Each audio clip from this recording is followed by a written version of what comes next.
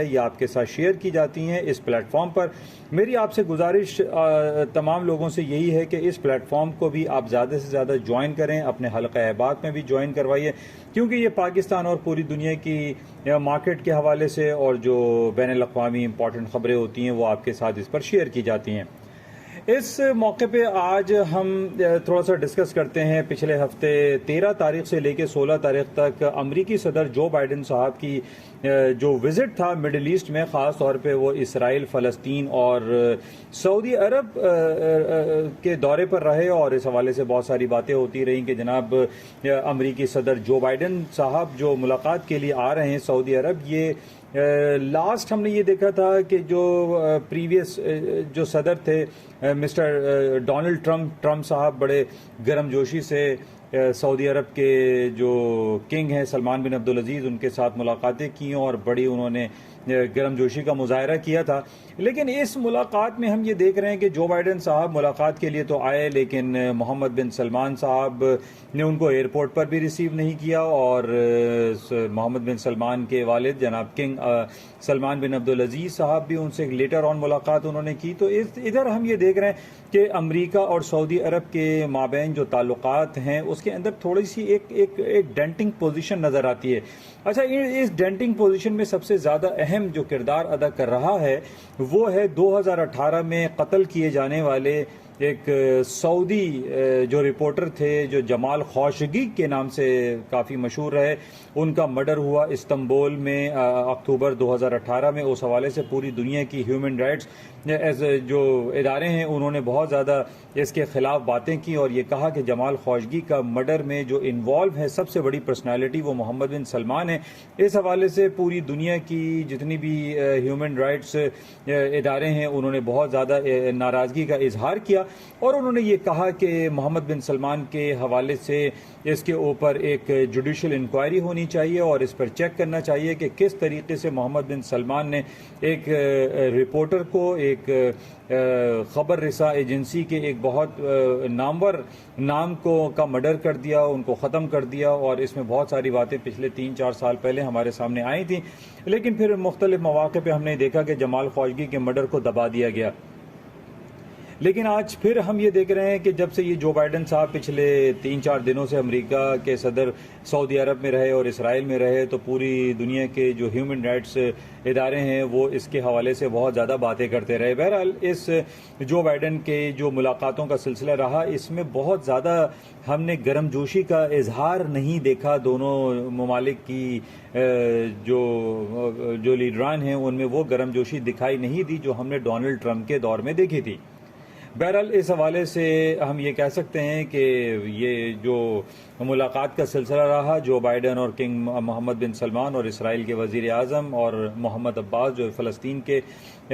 बड़े हैं उनसे जो मुलाकातों का सिलसिला रहा, ये एक नॉर्मली बेहतर हम कह सकते हैं, बहुत ज़्यादा पॉजिटिव तो नहीं रहा। लेकिन इस मुलाकातों और इस दौरे के ख़त्म होने के बाद आज हम ये देख रहे हैं कि पूरी दुनिया की स्टॉक मार्केटों में थोड़ा सा पॉजिटिव इंजेक्शन दिखाई दे रहा है। अमेरिका की स्टॉक मार्केटें तकरीबन S&P, Dow Jones, Nasdaq 100 point, 50 40 point plus में हैं और उसकी वजह सिर्फ हम ये कह सकते हैं कि हम अमेरिका के सदर जो बाइडन की जो मुलाकातें रहीं वो बहुत ज़्यादा गर्मजोशी का इजहार मुजाहरा तो उसने नहीं किया, लेकिन ये एक पॉजिटिव नोट पे ये ख़त्म हो गई। पॉजिटिव नोट हम ये कह सकते हैं कि इस मुलाकात में जो बाइडन साहब ने इसराइल और सऊदी अरब के दरमियान ये ज़रूर हुआ कि उन्होंने एक दूसरे की एयर स्पेस इस्तेमाल करने की बात कर ली है और जो एयरलाइन सेक्टर है वो इसराइल का जहाज़ सऊदी अरब के ऊपर से उड़ सकेगा और उनके प्लेटफॉर्म को भी वो यूज़ कर सकेगा। इस हवाले से पेशरफ्त इसको कही जा सकती है।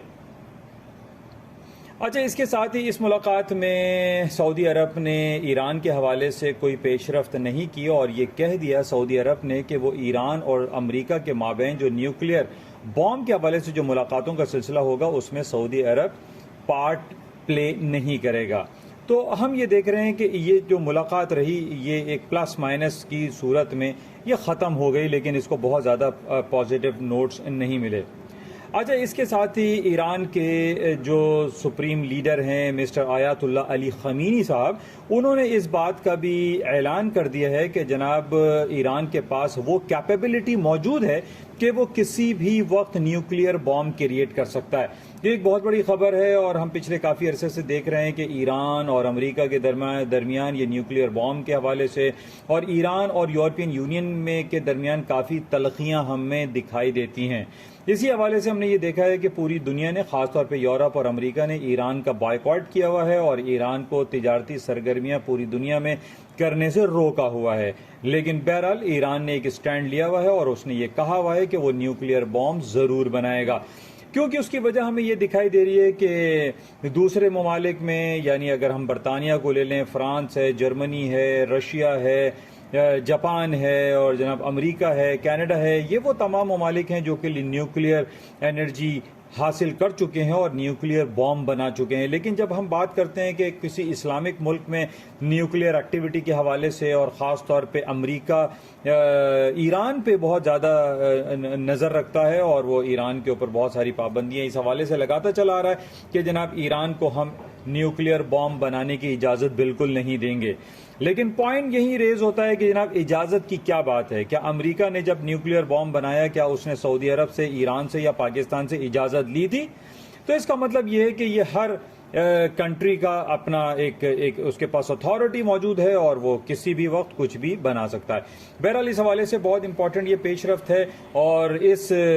खबर पे कि जनाब न्यूक्लियर बॉम्ब किसी भी वक्त ईरान बना सकता है, ये एक नेगेटिव खबर है इंटरनेशनल मार्केट के हवाले से और इसमें सोने की कीमतों में इजाफा के इम्कानात मौजूद रहते हैं। अच्छा, सोने की कीमतों में इजाफे की वजूहात पिछले हफ्ते भी मैंने जैसे आपसे जिक्र किया था कि जिस तरीके से रूस ने यूक्रेन के ऊपर अटैक का सिलसिला जो है पिछले 4-5 महीनों से रवा रखा हुआ है, इसमें भी हमें बहुत ज़्यादा नेगेटिविटी दिखाई देती है। और कल भी हमने देखा कि रशियन प्लेन्स ने यूक्रेन के बहुत सारे इलाकों पर अटैक किया जो कि बहुत नेगेटिव है और इस पे सोने की कीमतों में इजाफा होता है। और इसी तरीके से इसराइल की भी खबर रही कि जनाब एक तरफ तो जो बाइडन साहब इसराइल और सऊदी अरब के दौरे पर पहुंचे हुए हैं और दूसरी तरफ हम देख रहे हैं कि इसराइल ने फलस्तीन के कई इलाकों पर बमबारी की और उससे काफ़ी हलाकतें भी हुई। ये तमाम नेगेटिव खबरें जब भी हमारे सामने आती हैं हम ये देखते हैं कि सोने की कीमतों में इजाफा हो जाता है। अच्छा, और आज हम यही देख रहे हैं कि तकरीबन इस वक्त यूरोप की मार्केटें तकरीबन खुल चुकी हैं और सोने की कीमतों में तकरीबन 15 से 20 डॉलर का इजाफा हुआ है, जो कि ये बातें कंफर्म कर रहा है कि जनाब सोने की कीमतों में मजीद इजाफा हो सकता है because of these all negative happenings जो कि मैंने आपसे बताई कि ईरान के सुप्रीम लीडर ने जो बात कही है आयतुल्ला अली खमीनी साहब ने कि वो न्यूक्लियर बॉम्ब बना सकता है, इसराइल ने फलस्तीन पर अटैक किया और इसी तरीके से रूस ने यूक्रेन के काफ़ी इलाकों पर अटैक किया। ये सारी नेगेटिव खबरों पे सोने की कीमतों में इजाफा होता है। अच्छा, इसके साथ ही कल रात हमारे पास बड़ी एक नेगेटिव खबर आई कि 8 लोगों की हलाकत हुई। यूक्रेन का एक कार्गो प्लेन जो कि ग्रीस में क्रैश हो गया, उसके अंदर बहुत सारे ग्रेन्स रखे हुए थे, ग्रेन्स थे और बहुत सारी कमोडिटीज़ थी जो कि कार्गो प्लेन था यूक्रेन का और उसको मार दिया गया। अब इसको देखना पड़ेगा कि क्या ये कोई फायर अटैक था या रूस ने अटैक किया या ग्रीस ने अटैक किया, किसने किया। बहरहाल ये नेगेटिव खबर थी और इस नेगेटिव खबर पे हम देख रहे हैं कि सोने चांदी की कीमतों में आज इजाफा दिखाई दे रहा है। अच्छा, इसके साथ ही एक बड़ी इंपॉर्टेंट खबरें पिछले काफ़ी दिनों से चल रही हैं कि जनाब रूसी सदर व्लादिमीर पुतिन साहब की जो सेहत है वो काफ़ी ख़राब हो रही है। इस हवाले से कल हमारे पास एक खबर आई बरतानिया के मिलिट्री चीफ साहब की और उन्होंने ये कहा कि इस बात का प्रचार करना है कि जनाब व्लादिमीर पुतिन साहब बीमार हैं, उनकी तबीयत ठीक नहीं है, this is not good, this is not fair. और हम इस बात पर ध्यान सिर्फ नहीं दे सकते कि जनाब पुतिन साहब की सेहत ख़राब है तो हमें कोई ख़तरा नहीं है। इस वक्त हम देख रहे हैं कि पूरे यूरोप में जो सबसे ज़्यादा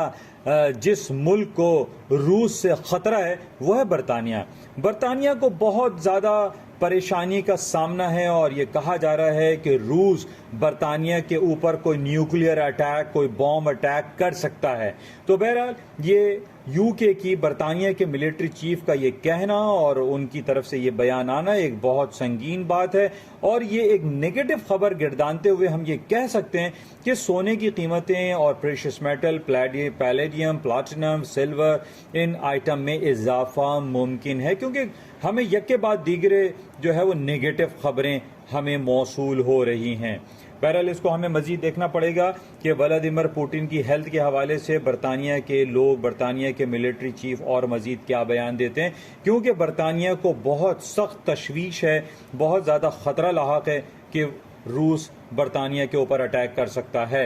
क्योंकि वो ये जानता है कि पूरे यूरोप में सबसे ज़्यादा अगर अमेरिका का कोई दोस्त है तो वो बरतानिया है, वो यूके है, वो यूनाइटेड किंगडम है, तो इसको बहुत ज़्यादा ख़तरात लाहक हैं। अच्छा, इसके अलावा आज हमारे पास सुबह सुबह हमने ये देखा कि जापान की मार्केटें आज बंद हैं, वहाँ तातीलात हैं और जिसकी वजह से अर्ली मॉर्निंग हमने थोड़ा सा वॉल्यूम ज़रूर कम देखा। अच्छा, इसके साथ ही एक पॉजिटिव खबर इंटरेस्ट रेट के हवाले से फिर हमें आज मौसूल हुई है। पिछले हफ्ते हमने ये देखा था कि बहुत सारे ममालिक ने, जिसमें कनाडा और न्यूजीलैंड सर फहरिस्त थे, जिन्होंने अपने इंटरेस्ट रेट में इजाफा किया था। आज दोबारा हमारे पास न्यूजीलैंड की खबर ये आ रही है कि वहाँ पे कंज्यूमर प्राइस इंडेक्स कई सालों के उसने हाई कर दिया है, 1.5% प्लस आना था और 1.7 प्लस आया, जो कि ये कंफर्म कर रहा है, ये इंडिकेट कर रहा है कि दुनिया इंटरेस्ट रेट बढ़ाने की तरफ जा रही है। और अगले हफ्ते हमारे पास सबसे बड़ी खबर होगी अमेरिका का central bank, federal reserve bank, जिसकी कमेटी है federal open market committee, FOMC, वो अपने इंटरेस्ट रेट का ऐलान करेगी और ये कहा जा रहा है कि अमेरिका दोबारा से 1% तक अपने इंटरेस्ट रेट को इजाफा कर सकता है। पिछले हफ्ते हमने ये देखा कि 75 बेसिस पॉइंट की फोरकास्ट थी कैनेडियन सेंट्रल बैंक की और कनाडा ने अपने इंटरेस्ट रेट में 1% का इजाफा किया और 1% इजाफे के बाद उसका इंटरेस्ट रेट बढ़ गया, गालिबन 2.5% हो गया। तो बहरहाल हमें ये दिखाई दे रहा है कि पूरी दुनिया अपने इंटरेस्ट रेट को बढ़ाती चली जा रही है और इस बेसिस पे ये कहा जा सकता है कि पूरी दुनिया की जो खास तौर पे करेंसी आइटम है अदर देन US डॉलर, वो वीकर साइड पर जा सकती हैं, क्योंकि इंटरेस्ट रेट बढ़ाने पे करेंसियां डाउन होती हैं। और हम यही देख रहे हैं कि मल्टी मंथ्स का लो कर दिया, मल्टी ईयर्स का लो कर दिया बरतानवी करेंसी ने, यूरो करेंसी ने, जापानीज येन ने, और ये मार्केटें मुस्तकिल गिरावट का शिकार हैं। अगले हफ्ते 26 और 27 तारीख को FOMC की मीटिंग होगी, उसमें यह ऐलान किया जाएगा कि क्या वाकई अमेरिका अपने इंटरेस्ट रेट को बढ़ा देगा या अनचेंज छोड़ेगा या एक्सपेक्टेशन से ज्यादा बढ़ा देगा। बहरहाल ये बड़ी इंपॉर्टेंट खबर होगी, अगले हफ्ते हम इसको नजर में रखेंगे। लेकिन मैं ये भी बताता चलूं कि जब एक हफ्ता रह जाता है या 4-5 दिन इंटरेस्ट रेट में रह जाते हैं तो मार्केटें काफी रिलक्टेंट हो जाती हैं, मार्केटों में कोई बहुत ज्यादा मूवमेंट नहीं आती। तो बहरहाल मैं आप तमाम लोगों से जैसे गाहे बगाहे मैं अर्ज करता रहता हूं कि मोहतात रहें और एहतियात बरतें। किसी बड़ी सरमायाकारी की तरफ अभी आप नहीं जाइए जब तक 27 जुलाई तक अमेरिका अपने शरह सूद का ऐलान नहीं कर देता।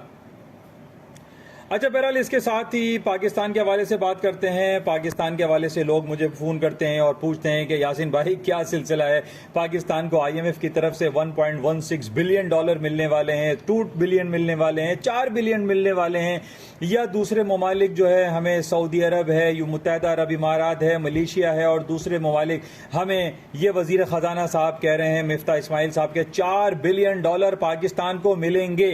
गा गी गे का गाना गा रहे हैं और अभी तक मिला कुछ नहीं है। सिर्फ 2.3 बिलियन डॉलर हमें चाइनीज लोन मिला है। और फिर मैं ये बात कहूंगा कि ये लोन है, ये कर्जा है, ये कोई ऐसा नहीं है कि पाकिस्तान को ये कर्जा या लोन मिलने के बाद पाकिस्तान में दूध और शहद की नहरें बहना शुरू हो जाएंगी, ऐसा कतई तौर पर मुमकिन नहीं है।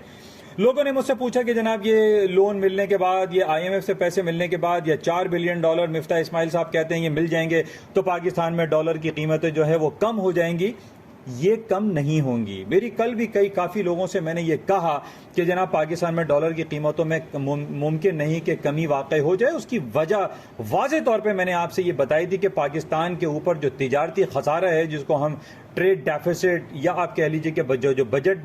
ट्रेड डेफिसिट जो इंपोर्ट एक्सपोर्ट का जो डिफरेंशियल है वो बहुत ज्यादा है, जो कि $48 बिलियन बनता है। और इसकी वजह यह है कि हमारी 75% इंपोर्ट्स हैं और 25% सिर्फ हमारी एक्सपोर्ट हैं, जिसकी वजह से हमें मार्केट से डॉलर खरीदना पड़ता है और डॉलर खरीद के हमें अपने डिफरेंट फॉरेन कंट्रीज को और फॉरेन कंपनीज को हमें वो पेमेंट करनी पड़ती है, जिसकी वजह से हम ये कह ही नहीं सकते कि जनाब पाकिस्तान में डॉलर की कीमतें निचली सतहों पर आ जाएं। ऐसा मुमकिन नहीं। ऐसा मुमकिन सिर्फ उसी वक्त है जब पाकिस्तान अपने गैर जरूरी इंपोर्ट बिल को खत्म कर दे, कलाकुमा कर दे, जिसमें जैसे मैंने आपसे हमेशा ये कहा है कि पाकिस्तान में जो गारमेंट फैक्ट्रीज हैं, गारमेंट नीड्स हैं, वो हम बाहर से कपड़ा खरीदते हैं, हम बाहर से ऑटोमोबाइल सेक्टर लेते हैं, हम बाहर से जो पेट फूड्स लेते हैं, हम बाहर से चीज, चॉकलेट्स और गैर जरूरी जो चीजें खरीद रहे हैं, खासतौर पर जो बाथरूम फिटिंग्स आ रही हैं, बाथरूम में टाइल्स एंड टोटियां खरीदने के लिए हम बाहर से गैर जरूरी चीजें इंपोर्ट कर रहे हैं। इनका कलाकुमा किए बगैर हमारे यहां डॉलर सस्ता नहीं हो सकता, इसको आप लिख लें। तो इस बेसिस पे मैंने पहले भी कहा था और आज हम ये देख रहे हैं कि 214, 215, 216 रुपए पाकिस्तान की बुलंद तरीन सतह पे डॉलर की कीमतें इस वक्त चल रही हैं। तो ये सिर्फ उसी वक्त मुमकिन है कि पाकिस्तान गैर जरूरी इंपोर्ट बिल को रिड्यूस करे, कम करे, खत्म करे, तब पाकिस्तान में पाकिस्तानी रुपया स्ट्रांग हो सकता है, otherwise there is no hope. तो बहरहाल ये कुछ बातें, और आज हम ये देख रहे हैं कि खासतौर पे कल पंजाब में जो 20 सीट्स पे जो सूबाई असेंबली के इलेक्शन हुए उसमें हम मुबारकबाद देते हैं। जाहिर है ये एक गुडविल गेस्चर है कि जनाब जो भी पार्टी जीते उसमें पाकिस्तान तहरीक इंसाफ ने बड़ा अच्छा रोल प्ले किया और इमरान खान साहब को हम मुबारकबाद देते हैं कि उन्होंने 20 में से 15 सीटें जीत ली और अब ये कहा जा रहा है कि जनाब अब पंजाब पे हुकूमत PTI की हुकूमत करेगी। तो बहरहाल ये एक पार्ट ऑफ द गेम है, पॉलिटिक्स में कोई जीतता है और कोई हारता है और ऐसा कुछ होता रहता है, और जो हारे उसको खुले दिल से उसको अपनी हार को कबूल करना चाहिए और जीतने वाले की जीत को कबूल करना चाहिए। यही एक खूबसूरती है हमारी सियासी और डेमोक्रेसी प्रोसेस का। बहरहाल ये कुछ बातें आपके साथ शेयर की गई और होपफुली कि इनसे कुछ ना कुछ आपको फायदा जरूर हासिल होता होगा। गोल्ड की कीमतें ऊपरी सतहों पर हैं। मैंने आपसे पहले भी कहा था कि गोल्ड में तेजी रहेगी और आज कुछ यही रहा कि गोल्ड की कीमतें ऊपरी सतहों पर चल रही हैं। निचली सतह पर अगर सबसे इंपॉर्टेंट टेक्निकल लेवल जो है वो 1680 है। आप लिख लें कि 1680 के नीचे मार्केट अगर जाती है 1680, then the market will come down, otherwise gold की कीमतों में नीचे जाने का पोटेंशियल एग्जिस्ट नहीं करता।